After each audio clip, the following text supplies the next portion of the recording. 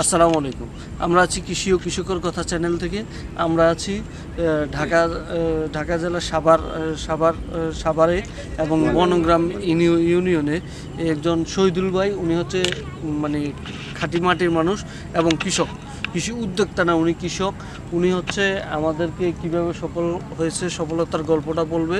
এই তুরাগ নদীর পাড়েই উনি এই কৃষিকাজটা করে থাকেন এবং কিভাবে সফল হয়েছে, ভালোভাবে করছে, এটা আপনাদেরকে বলবেন। সো আপনার নাম কি? শহীদুল ভাই। শহীদুল ভাই, আপনি যে ধুন্দুল গাছটা করলেন, ধুন্দুল গাছটা কখন লাগাইছেন বা কত টাকা খরচ হয়েছে আপনার ধুন্দুল গাছে? ধুন্দুল গাছ লাগাইছি ধরেন কাতি মাসে পানি যাওয়ার পরে পালং শাক হলো একসাথে মিলে যাই ধুন্দুল চাষ করছি। মানে নিচে পালং শাক ছিল উপরে ধুন্দুল ছিল। ও আচ্ছা আচ্ছা, আপনি তো সমন্বিত মানে চাষাবাদ করলেন, ভালোই লাগলো আপনার সফলতার গল্প। পালং শেষ করার পরে পালং শাক কত টাকার বিক্রি? পালং শাক বেচছিলাম 32,000 টাকা। পালং শাক বিক্রি করছেন 32,000 টাকা। ঠিক আছে। পালং শাক কত টাকা মানে খরচ হয়েছে? খরচ ধরেন গেছে যে ধুন্দুল চাষের লোক একসাথে সার্ভিস সব একসাথে গেছে। একসাথে গেছে। ও আচ্ছা আচ্ছা। ধুন্দুলে কত টাকা বিক্রি করছেন আপনি? ধুন্দুল 1.5 লাখ টাকার মতো বেচা হয়েছিল। 1.5 লাখ টাকার মতো ধুন্দুলে বিক্রি হয়েছে। এরপরে পালং শাকে 32,000 টাকা, মোট 1,80,000 টাকা। 80,000 টাকা বিক্রি করছেন। 15,000 টাকা 16,000 টাকা খরচা কি নিজে পরিশ্রম করছি বেশি।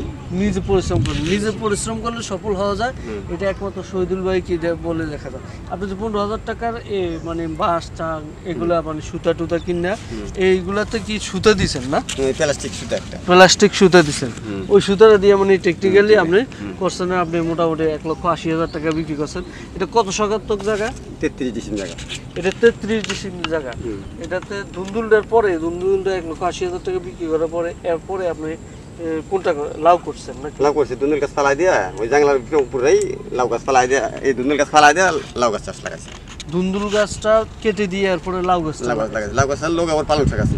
লাউ গাছের সাথে আবার পালং শাক ছিল। তখন খালি খেত চারা কুচি করে পালং শাকে তখন আবার পালং শাক বিক্রি করছিলাম। কত বিক্রি করছিলেন? পালং শাক নষ্ট হয়েছিল, কিছু নষ্ট হওয়ার পর তো 12,000 টাকা করছিল। ও আচ্ছা, নষ্ট হয়ে যাওয়ার পরেও 12,000 টাকা বেচতাম 43,000। মোটামুটি কৃষি কাজ করলে লসের কোনো সম্ভাবনা না, নাই? আল্লাহ করলে খুব ভালো ইয়ে আছে। আল্লাহ আপনার প্রতি খুব ভালো, আল্লাহ যেটা বলতে আছে মার জানে কোন সময় মার যায় না। এই ধুন্দুল সফলতা নিজে আল্লাহর রহমতে নাকি ভালো। আচ্ছা আচ্ছা। এরপরে আমরা এই যে লাউ গাছটাতে মানে ধুন্দুল গাছের মাছ আগে থাকার পরে লাউ গাছটাতে কত টাকা ইনভেস্ট করছেন? লাউ গাছে ধরেন খরচ ফেলাই দিয়েছি, ধুন্দুল গাছটা খরচ এটার মধ্যে তেমন খরচ যায় না। তেমন একটা খরচ যায় না। কত খরচ হয়েছে? এই 3-4 হাজার টাকা খরচের মতো। 3-4 হাজার টাকা খরচ হয়েছে। 3-4 হাজার টাকা খরচ হওয়ার পরে এখন তো আপনার মাঝারি পর্যায়ে, এখন তো শেষ পর্যায়ে না। শেষ পর্যায়ে মোটামুটি কত টাকার লাউ বিক্রি করছেন? এই পর্যন্ত মোটামুটি 60-70 হাজার টাকা মতন। 60-70 হাজার টাকা লাউ বিক্রি করছেন শহীদুল ভাই। 60-70 হাজার টাকা লাউ বিক্রি করছেন। আরো তো আছে, আরো তো বিক্রি করবেন। মানে মোটামুটি আপনি কৃষি নিয়ে শান্তিতে আছেন। খুব ভালো আছি। ভালো আছেন।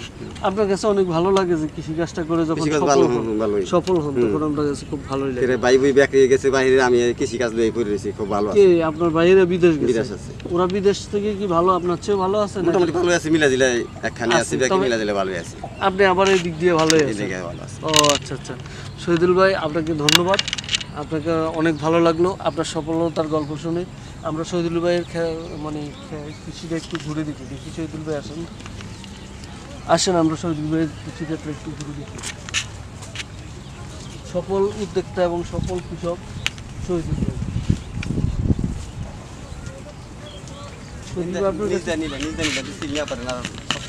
ভালো আছে। এই যে নিচে লাউগুলো লাউ বেশি আছে, পরে ধরছে এই সেটটা আগে ধরছিল।